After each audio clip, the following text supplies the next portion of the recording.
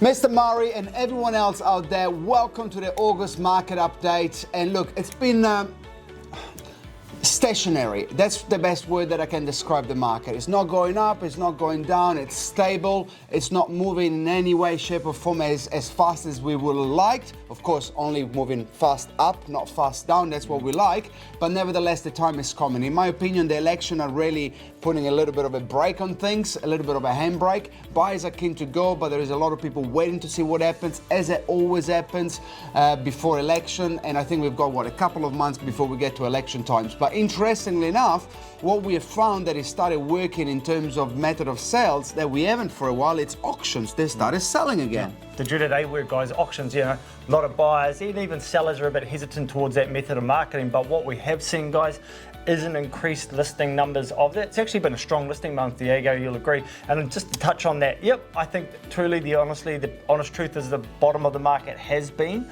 but it has been slow. And I think you hit the nail on the head with elections, and it's always a quiet run into, especially when it's sort of a close race, so to speak. But yes, auctions, guys, look, let's be honest, it's the most transparent way you can buy a property and sell a property. The competition's in the room right there. And more often than not, Diego, would you agree that the winner of the auction is only beating the competition by a mere $1,000, sometimes less?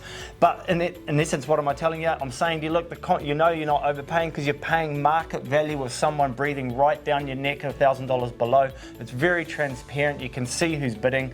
Sometimes it's misconception that it's people are a bit hesitant to start. We always have the auctioneer sort of almost trying to pull teeth to get the opening bid, but once they start, they're a very, very transparent method of marketing. Absolutely. Success rate at auction over the last 4 weeks in the month of August anyway, and some of as well the previous month has been somewhere between the 40 to 60%. Last week was 69% for Harcourts in Auckland. Now that's the highest success rate the auction has experienced since October, November 2021.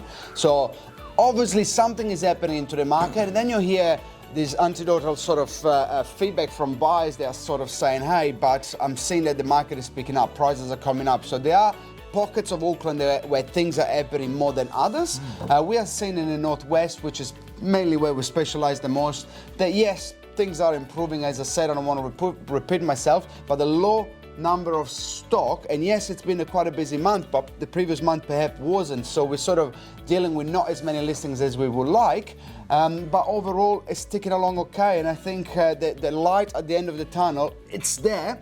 And in my opinion, I'm going to call it the best two windows, and tell me what you think as well. I'd love to hear your opinion. The two best windows of opportunities for listing a property would be pre-election or in January, February.